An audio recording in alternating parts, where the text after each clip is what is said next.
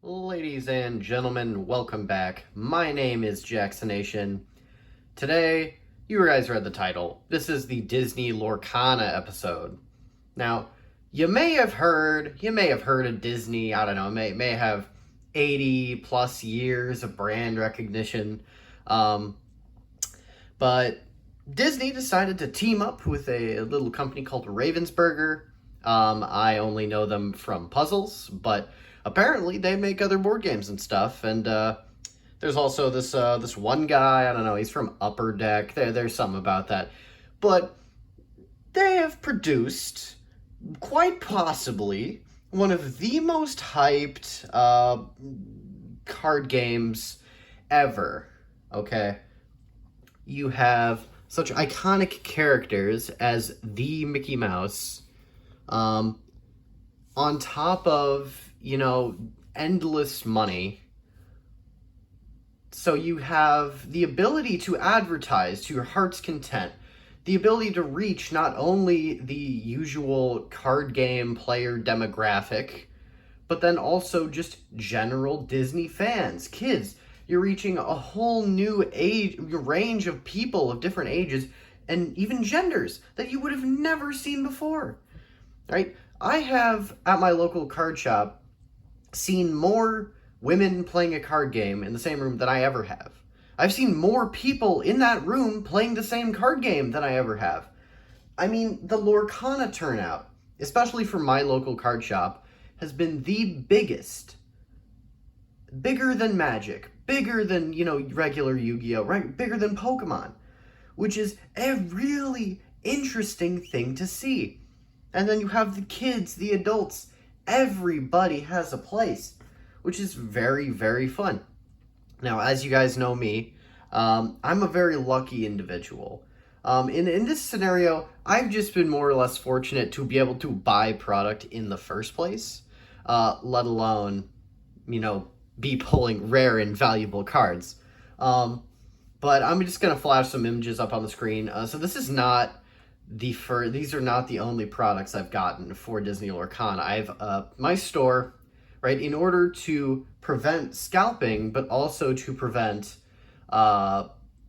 just the overall product. Like, they want to be able to prolong the product they were allocated. So basically, I was fortunate enough to, on day one, to be able to, I say day one, this would have been 3 weeks ago, right, when LGS, that Friday 3 weeks ago, when LGS were able to do their Lorcana releases. And so I was able to get my hands on the Mickey, like the Amber, Amethyst, and I'm trying to think what the other one is. No, the Amber Amethyst. Yeah, the Amber Amethyst starter deck, and was able to get my hands on that, as well as 4 packs and the deck box you see before you. I'm just filing through here trying to find, where is it? There it is. All right, the man, the myth, the legend here. We have a Mickey Mouse Wayward Sorcerer, probably my favorite card, besides Brave Little Tailor. Now, I've had a lot of fun. Again, you guys know I am a very competitive card game enjoyer. I'm also a very lucky individual when it comes to opening packs, and I've gone against my own words and judgment, and I've opened things off camera. Okay, now my store, right, we're only allowed to purchase 4 packs a day. Now, my first 4 packs, I ended up pulling, I don't know if I have the image for this one, I'll have to see, but it'll be on screen if I do have it. I ended up pulling a Brave Little Tailor, the Maleficent Dragon, and I think that was the only other things of noteworthy from that specific lot of packs. And I ended up just immediately listing all those cards on TCG Player, ended up making good money, and made my money back. I was very happy about that. I then decided to open 4 more packs. I pulled another Brave Little Tailor, another Maleficent.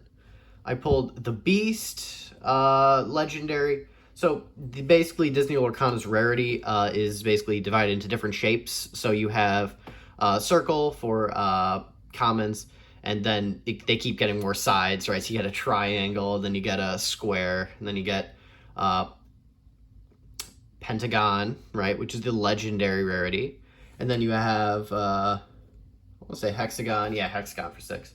You have the enchanteds, okay, and the enchanteds are really fun because they're like the alternate art 1 in 92 pack shenanigans. They're very neat. I pulled one. So the ratios for legendaries, you're guaranteed 4 in a box, and then yeah, basically one per case ish is an enchanted.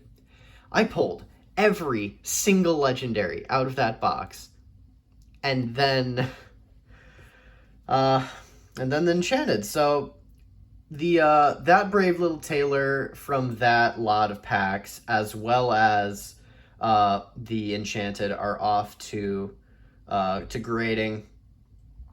So that's fun.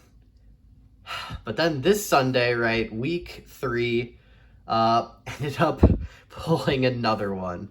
So I can't seem to get rid of this guy, but it is a very nice card. I'm very happy to be so gosh darn lucky, especially with the current secondary market, which, you know, we had a little bit of, so on September 1st, right, when Lorcana got into retail stores, you had a little bit of a dip because now all of a sudden there's so much more product being opened, so many more cards in the market. But at the same time, now you have so many more people that want cards that are able to get into it, and so then everybody jumps on it, prices go back up. In fact, they are more than they have ever been, especially when only a few card shops had products. I thought that was probably going to be the peak. I thought that was going to be the highest things were ever going to be. Right now, I mean, I've sold cards for 50 that are now up to 60, you know, stuff like that. It's absolutely insane. And it, you know, it helps to have the god tier luck that I do. But I am just wanted to give my thoughts in this video. And right now, I'm having a really good time. So every Sunday at my local card shop, just for fun, we've been hosting basically learn to play nights. You can just come in and play. It's more of a league, right? So the way that Lorcana is doing prize support is one of the things I think is they're doing a really good job, because you have a series of prizes and a series of different things that you can do each week to give you points. So you're basically, your name's on a little sheet, and you're basically for teaching a new player how to play, bringing in a new person to the card shop, wearing something Disney themed, you know, winning a best 2 out of 3, losing a match. All of these things will give you a sticker on the board for that week, okay? And basically at the end of a month period, right, at the end of that season, your the top players in the store are going to be guaranteed to be given out awards, and then other players afterwards are kind of be randomly chosen to receive rewards based on say attendance, or, you know, just overall being good people, but, you know, just not having that many stickers. So I'm really liking that idea, because, you know, for the other card games I've played that are really competitive, and I'm not saying Disney Lorcana isn't competitive, because it absolutely is. I mean, now we have a rule where you have to clarify, you know, do you have a starter deck? Is your starter deck slightly upgraded? Or do you just have a competitive meta deck? But what I am saying is the idea that you don't have to, you know, you're not in a tournament and only the top 3, top 8 players actually get a significant prize. I mean, the idea that I just need, you know, because I've never, in my tournaments, I've never gone undefeated. You know, I'm always 2-1, 3-1. You know, I have a loss somewhere, and that usually completely, in the events I've played in at least, have dropped me from the possibility of being top cut completely. And that's been not great for my prize support. But the idea that I just need to get a few wins, you know, each time, the idea that I'm just there to have fun, it makes each session more enjoyable, right? It relieves the pressure from me, and then at the end of that, you know, next week, I'm going to be able to, I'll get my little Lorcana pin. I might get, and I might put a visual up on the screen, the promo cards, which are going to be, it's going to be Detective Mickey, Hey Hey, and I believe Oh, I lost my train of thought. What was it? It'll be up on the screen, but yeah, it's just a very neat thing that they're doing. So those are the positive. I overall really like the gameplay, the idea of questing, challenging. Again, I have the fundamental experience from my wheelhouse of other TCGs, so it's a very easy time. But I do have a few issues.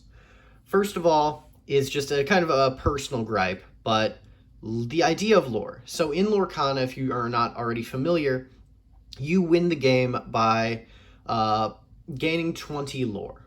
So in the game, these cards have these little symbols on the very edge here, and when you have them in play, you can choose to quest them, which you turn them sideways, and they will add however many lore they have over here to your lore count. Now, this system is it's a very very simple, straightforward system. However, there's two issues with it. One is, in the current state of the game, there will be a point in one of your matches where there's nothing you can do. You can't take out some of their enough of their characters in order to prevent them from getting enough lore the next turn. There's no interaction, right? You have no way. There's interaction, but there's no way to do so on the opponent's turn. You have to wait for it to roll back to you. And so that leads to board states where you are going to lose, no matter what. And I think that there is a possible way around that, right? You need to have some cards that can be used, right? Like some quick effect cards that can be, quickly played to disrupt the opponent in some way. Maybe exerting one of your opponent's characters, or even a way to banish them on the opponent's turn, as mean as that is. But it would have to be high cost, right? Which is completely understandable. The other thing is that there's no official way to actually keep track of your lore except for the app. Now, the thing is, the app requires Wi-Fi to function, and this is an issue in my card shop because we just don't get good service in the back room. So what people have resorted to doing is using D20s, these spin down D20s, or even Magic the Gathering, life point counters.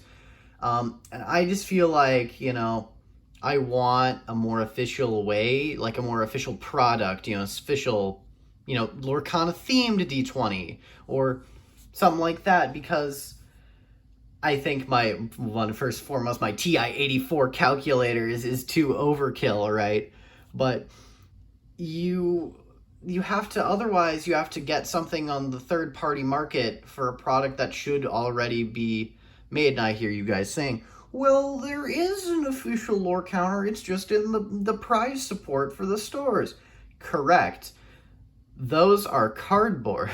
If you actually look at them physically or read any, thing about them officially, they are made of cardboard. It's not a material made to last. I've had a few of those, cardboard ones for Magic. And yeah, it works, but I want something plastic. I want something heavy duty.